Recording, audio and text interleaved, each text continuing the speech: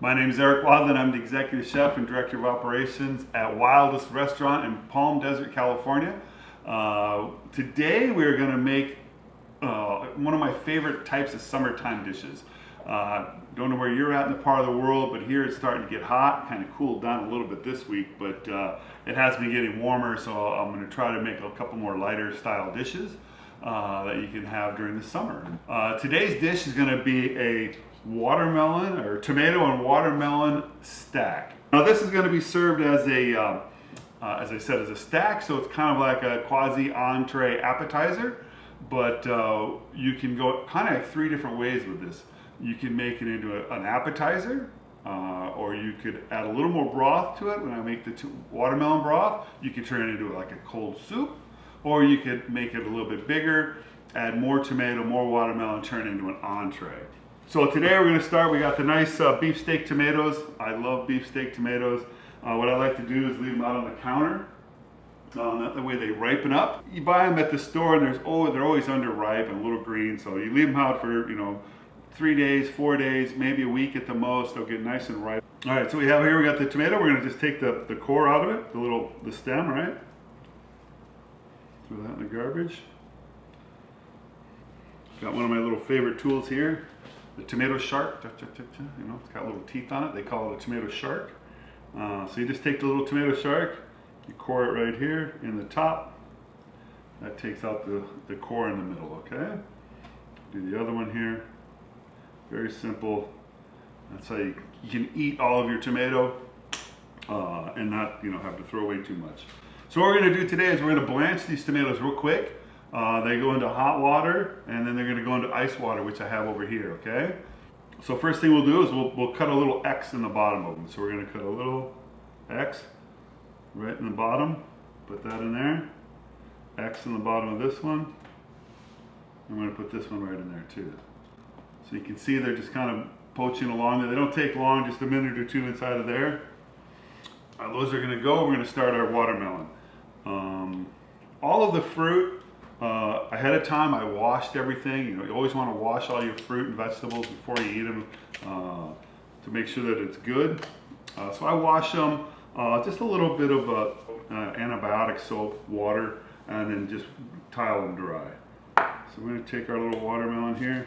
We're going to see how this one is. I had one that we tried when we practiced this dish the other day, and it said it was a seedless watermelon. Unfortunately, it was full of seeds. So this one looks a little better, but it doesn't look as ripe as the one from the other day. Our tomatoes are doing good. You don't have to do them for very long. You're not trying to cook them, you're just trying to get them hot. We're just going to give just one more second on that. All right, we're going to peel off a little of the watermelon here. Well, this one looks better. At least it looks seedless. Let's compose the other one said it was seedless and not. If you have seeds, you just pick them all out of there, but you don't want to be spending a lot of time. The one yesterday was actually had more seeds than a seeded watermelon, which I couldn't quite understand why it said seedless on it. Our tomatoes are looking good there. They're done now. So I can tell they're starting to, you can see how it's starting to just peel away from the skin there a little bit. So you can know that it's ready to go. And it's going to drop it right over here in the ice water. Again, you can see the bottom. You can see how it's peeling away from the skin. See that? We'll put it over here in the ice water. By the time we're ready to go, those will be good. All right, we got our watermelon here. I'm going to flip her over. It looks pretty good. Kind of sounds a little hollow, but we'll be all right. So we're going to do two things. We're going to dice the watermelon, and we're going to make a little sauce out of the watermelon. So what I do is I'm going to kind of like square up the watermelon, but I'm not worried about these pieces because I'm going to turn those into sauce. So don't worry about, it's got some seeds in this one too. Not the best watermelon. It's not quite watermelon season yet, as you know, but I try to get these recipes done ahead of time, so when you're in the mood or when you get to May, Memorial Day is coming up, you're ready to go and you can make your salad, make your dish. I'm going to need all of them just to kind of put these in. Just gonna, there you go. Look at that sliding in. I love how that works. So again, as I said, these little scraps, don't worry about it. We're going to blend this up anyhow. So you're just trying to make the watermelon square here. So we're trying to square it up to make a nice square dice. Okay, as I said, we'll take the extra and we'll just put it right in here. Here's our bowl that we're going to make it in today. We're going to mix it up in that. So we got our watermelon. The recipe calls for 2 cups of watermelon.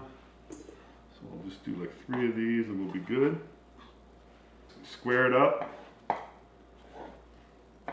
Take these, put them in here. We're going to blend those up anyhow.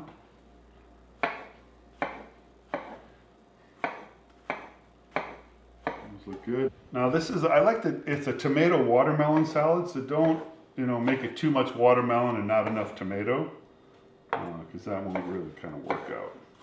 I like a little more tomato than watermelon in it. It's probably enough for the sauce. We're just going to dice this up. I know there's a couple seeds in there, so I'm trying to avoid those. I don't want any seeds in the sauce. Now you can use a regular blender, like a veggie blender, or whatever you want.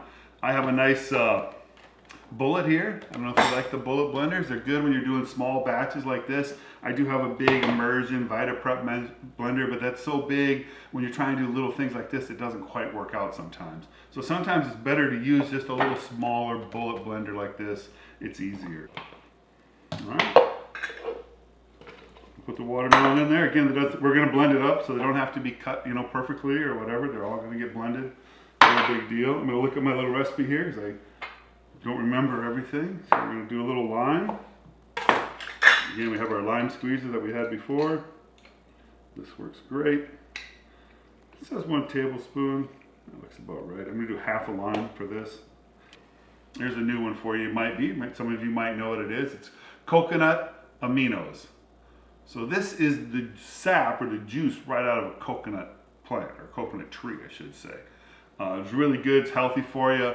A lot of these ingredients that are, not ingredients, but a lot of these recipes, this is kind of a variation of a Vietnamese style recipe. And in Vietnamese style recipes, they use fish sauce. Well, I don't want to use fish sauce because I want to keep it plant-based. This will give you kind of the same flavor as the fish sauce will, and it's a good coconut aminos are good for you, so it'll work out really well.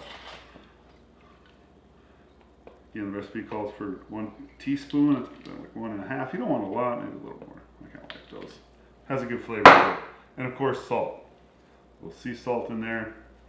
I use the iodized sea salt. What I do though is I grind it up myself. I buy the big, sea salt and I put it in the grinder, spice grinder, and give it a little grind. All right, so you got the watermelon and everything in there. Give it a blend.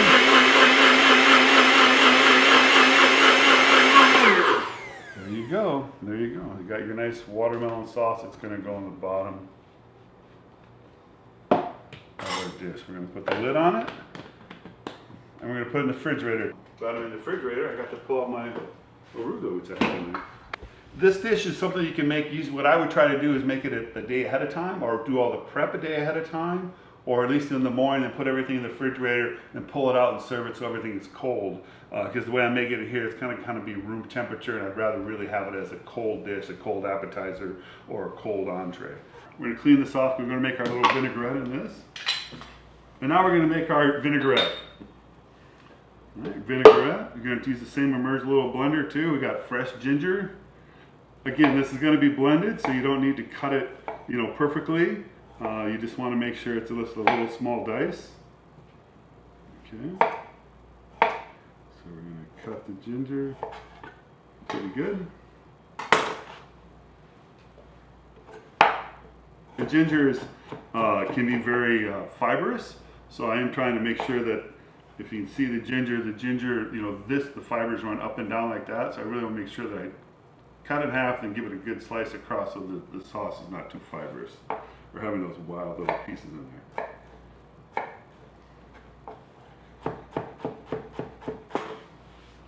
Alright, got the ginger.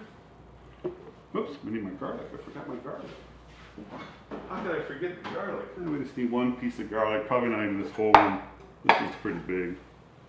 I don't want it to be too garlicky, in the flavor, but I want a little bit of garlic just to give it a little flavor.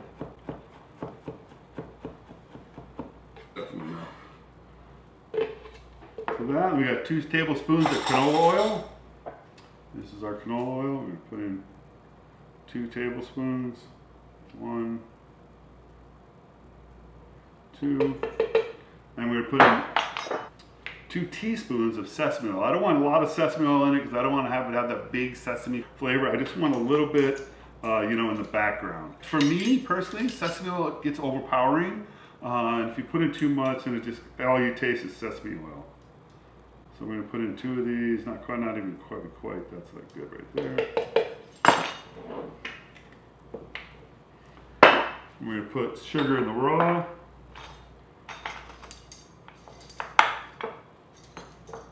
1 tablespoon. Again, so as I said earlier, this is kind of based off a Vietnamese recipe. Some chili flakes. A little bit of salt. Oh, here he is. A little bit of lime for the acid, to make it taste good. A little more of the aminos. The coconut aminos are going to go in this too. So, as I always like to try to do is like to build flavors and have the flavors together. So if we have a little bit of the coconut aminos in this and a little bit of the broth, that kind of builds the flavors and builds it so it tastes. You taste a little bit here, a little bit there, and it brings it. It builds the flavor. Plus, it brings the whole dish together instead of being disjointed or tasting like 2 completely different things. It brings it all together. And we have 1 tablespoon of this. As you can tell, I always try to like to work clean and neat. You know, I don't want to have stuff all over the place. All right.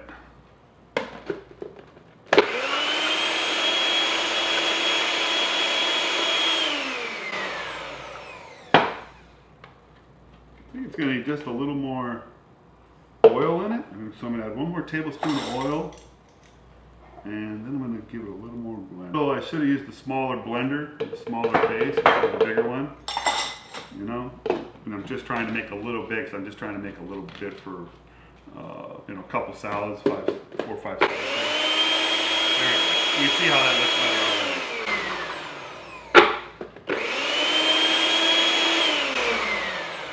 Oh yeah.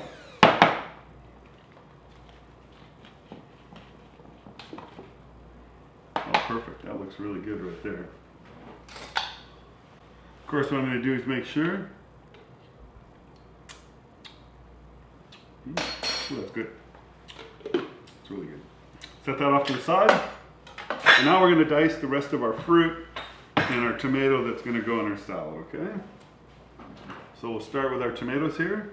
These look really good. You can see how the peel is already just falling right off that tomato. The skin is, right? So see how easy this is to peel once you got it started. The skin just falls right off. I don't like the skin on like when I'm doing a soup like this or a salad that's supposed to be, you know, really nice and delicate. I like to take all the skin off it. I'm gonna use my knife for this one.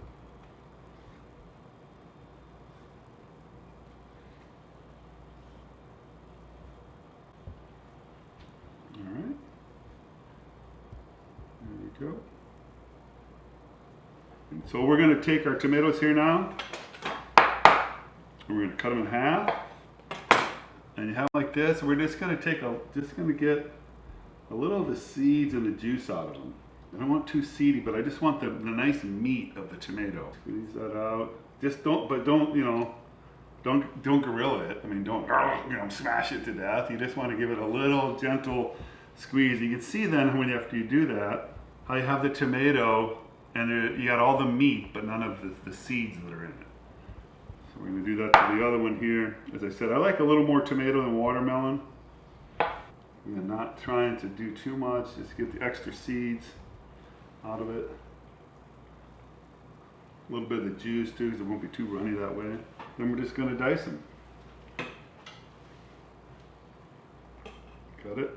Again, we're just trying to do a nice large dice on these.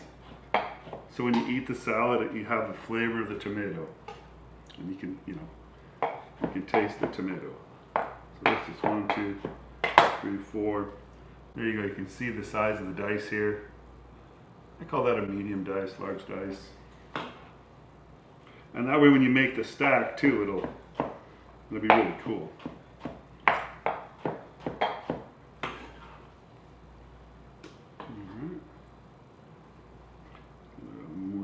We'll do both tomatoes.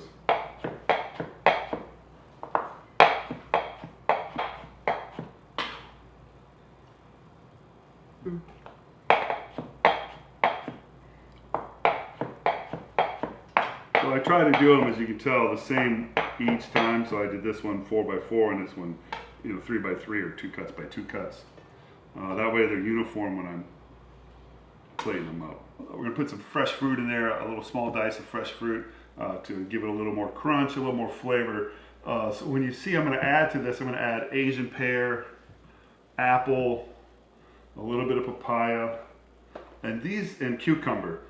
The reason I add these 4 ingredients is because I want to give it a little crunch to the whole dish. I don't want it to be soft and mushy, trying to add another texture, another layer. Again, building layers and textures and flavors to make your dish good.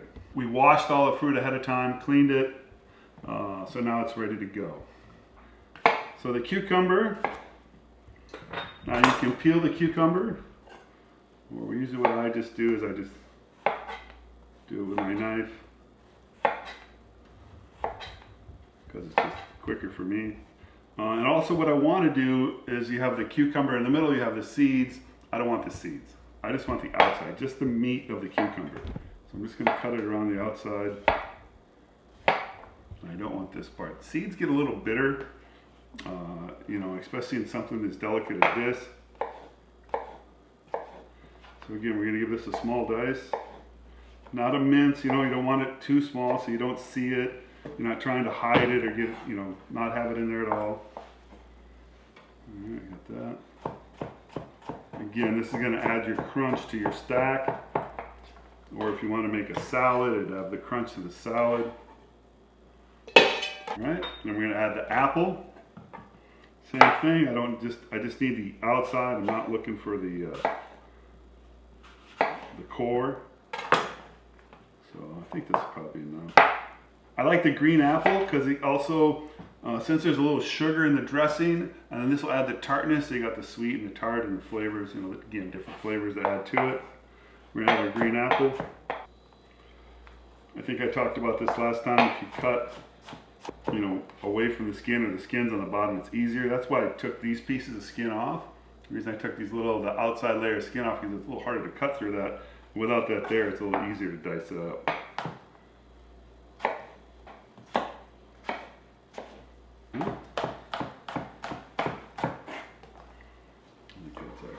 Too much. So we're just going to put that in there. I'm going to keep this off to the side.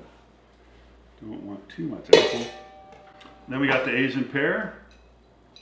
Again, the Asian pear to me, it's got, it has the crunch and it has that watery flavor. Actually, I think it said on there something interesting. Crunchy and sweet, which I thought was an interesting thing to say on there. It's not that sweet, but it definitely adds the crunch of what I want. It always reminds me of jicama. Don't know why.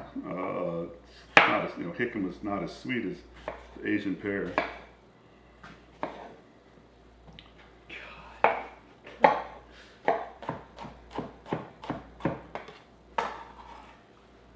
Well, that's looking good now. Lots of little fruit in here. Again, this is kind of, it's a play on a summer fruit salad, We're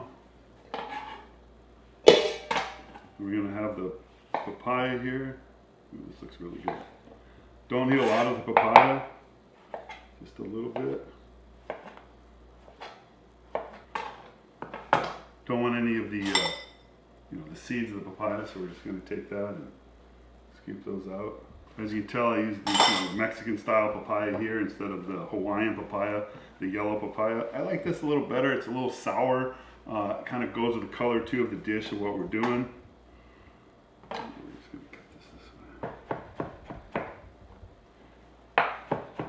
There's our papaya.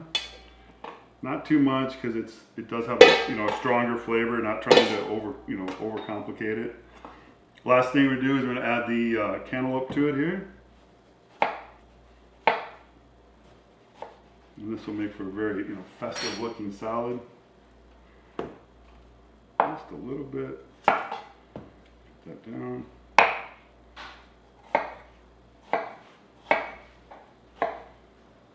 All right.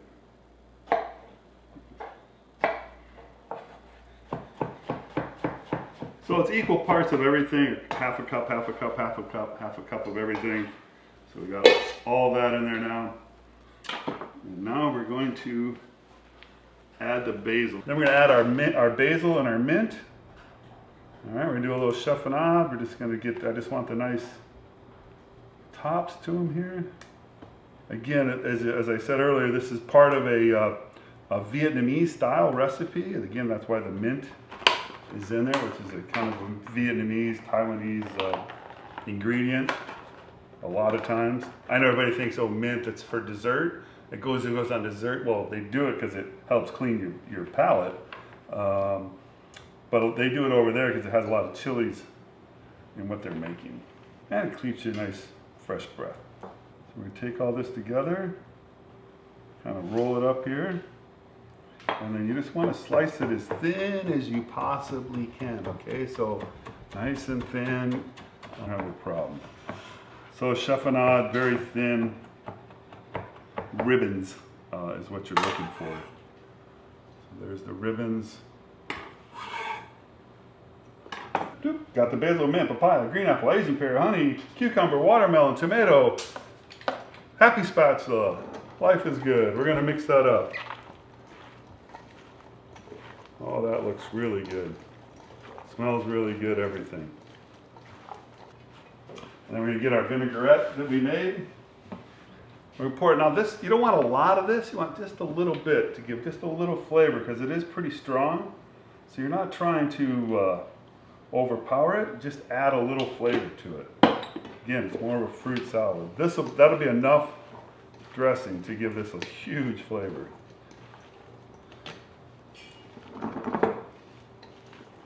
Salt, of course. Love watermelon and salt. Black pepper. Fresh grind. I use the telecherry pepper in here instead of regular black pepper, just in case you're wondering. This has a little bit more of a nuttier, sweeter flavor to me. Okay, and we got our arugula here, which of course we washed. Mixing bowl. We got some extra virgin olive oil here. And then a little bit of the dressing, not too much. Again, you're not trying to overpower it. So the word dressing, in case anybody's curious, where the word dressing came from, it's supposed to mean, the dressing is to dress up the greens, to give them extra flavor, not to drown the greens. It's not called a drowning, it's called a dressing. So when you add it, you always want to add just a little bit, not too much. You're just trying to up the flavor. This wild arugula's got great flavor as is. It doesn't need a lot of help. And you can tell that it also gives it a nice sheen to it.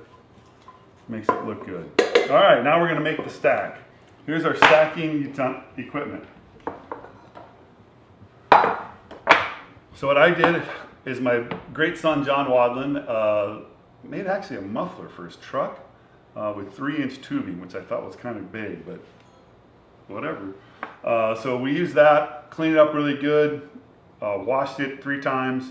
It's a nice cylinder. I like it because it doesn't break, doesn't bend. It's not going to fall. If you fall, it's not going to hurt it.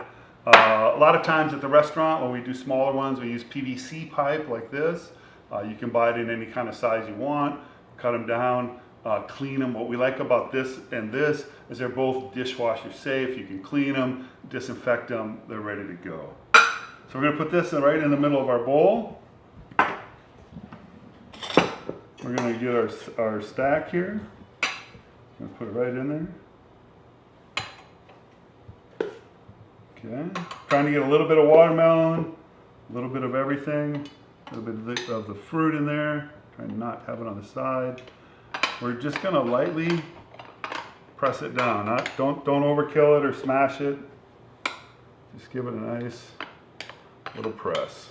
Got our dressing. The other thing we need is our watermelon, right? Sauce that we made earlier in the show. So we got our watermelon sauce here, or soup if you want to make it a soup. Pour that around. I always like to put just a little bit of olive oil around it just to give it a little color, coolness to it. Now we're going to take our stack. Where'd my little spoon go? There it is. And use this to take the Stack off it. Now you got a nice beautiful stack there, ready to go. And we're just going to top that with our wild arugula. Tool to do that. And we have a nice tomato watermelon stack. Oh yeah. And then the last thing we're going to add is a little furikake, which is a seaweed sesame garnish. It's going to go on top like that. There you go. We have our watermelon tomato stack. All right, here's what we made today. We made our tomato watermelon stack. Served wild arugula on top. So we have on the bottom of the plate there, we got a little bit of the watermelon sauce, a little fresh olive oil, then you got the stack with the fresh fruit, the mint, the basil, cucumber, papaya, Asian pear, nice peeled tomato, and watermelon. And we top the whole thing off with a wild arugula. It has a light ginger dressing on it. And we top the whole thing off with furikake, which is a little bit of seaweed and spices, and a little Japanese dish. Used a lot in sushi. This will give it a nice fresh flavor to your dish. As I said earlier, this dish can be one of three different ways. This is an appetizer or a small entree. I could have made it just a bigger ring mold, or put more tomato and made it into an entree. I could have topped the tomato just a little bit finer in the watermelon. We could have just made it a soup, or we can make it just a little bit smaller and make an appetizer. So there's a lot of different ways you can go with this. Great dish to make up, take over to somebody's house, have a little pool party, eat a little tomato watermelon salad. Have a great day. See you next time on Plate Time. I have a problem. So chiffonade, very thin ribbons is what you're looking for. So there's the ribbons going along. Okay. Got the basil, mint, papaya, green apple, Asian pear, honey, cucumber, watermelon, tomato. Happy spatula. Life is good. We're going to mix that up. Oh, that looks really good. Smells really good, everything. So it's got a nice mixture of all ingredients. And then we're going to get our vinaigrette that we made. We're going to pour it. Now this, you don't want a lot of this. You want just a little bit to give just a little flavor, because it is pretty strong. So you're not trying to overpower it. Just add a little flavor to it. Again, it's more of a fruit salad. That'll be enough dressing to give this a huge flavor.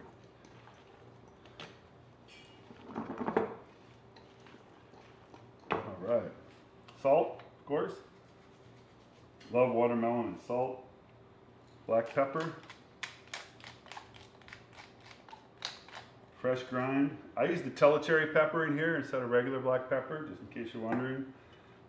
This has a little bit more of a nuttier, sweeter flavor to me. Okay, and we got our arugula here, which of course we washed. Mixing bowl.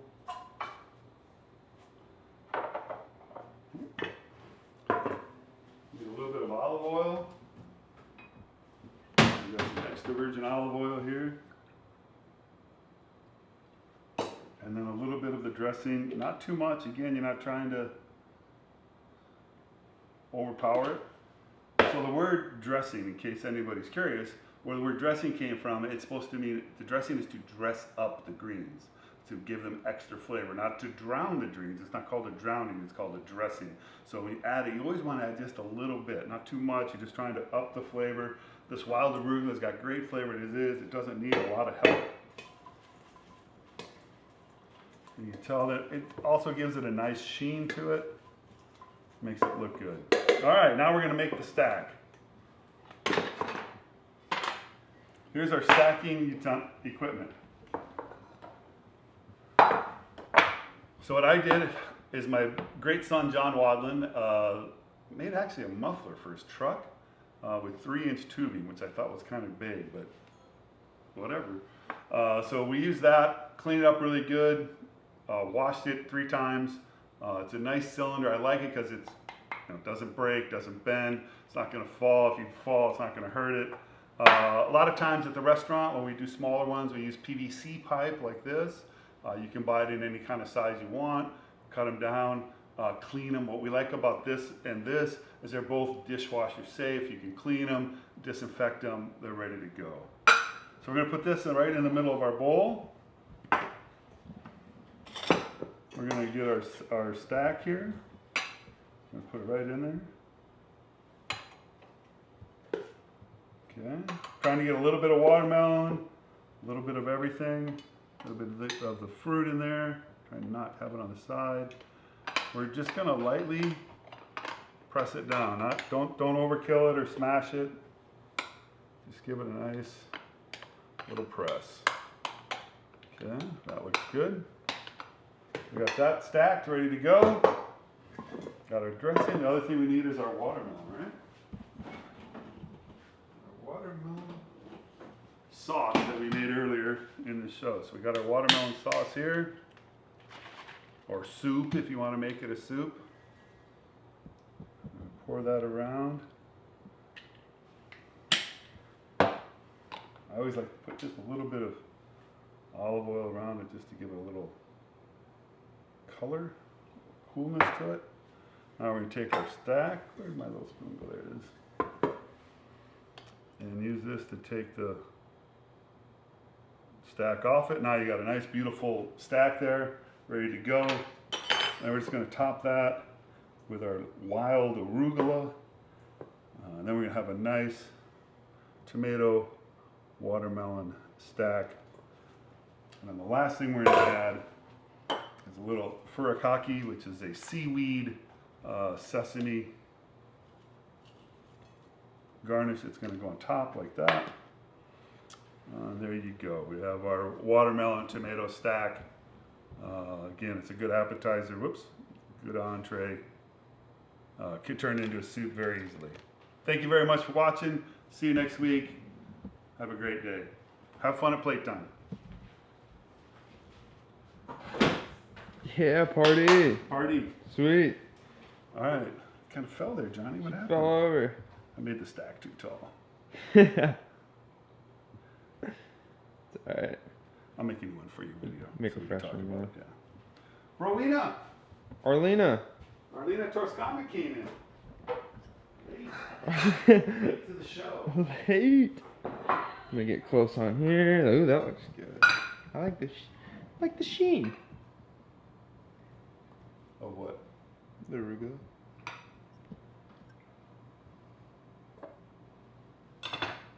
This is what we do at work. I didn't want to do that either. Oh. We smash this. Because it gives it a much. Let us see how it's soft. Oh God! Look at that. What? You almost want like a little tool to do that. Oh, yeah. Oh no. My mom. What'd she say? Is there food? Don't they have a? Oh no, I'm thinking of like a. You can get like what they have at the ice cream at Thrifty. Get one of those scoops. Just scoop it straight out of here. Yeah. Oh, look at that. Oh God. I didn't have my phone charged. Yes. That looks really good. I like it.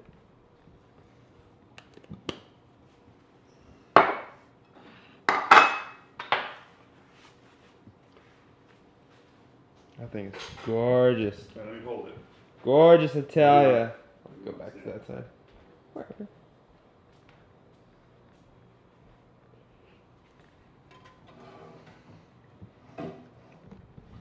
First I want to just get video of it. So if you want to just leave it there. Can you hand me my phone, Mark? Oh yeah.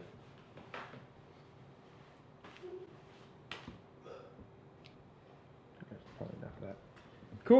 All right, want to talk about it a little bit? Yeah. Where do you stand?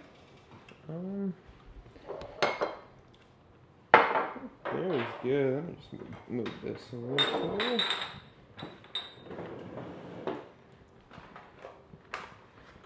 You ready? Yep. Should I pick it up? You can if you want.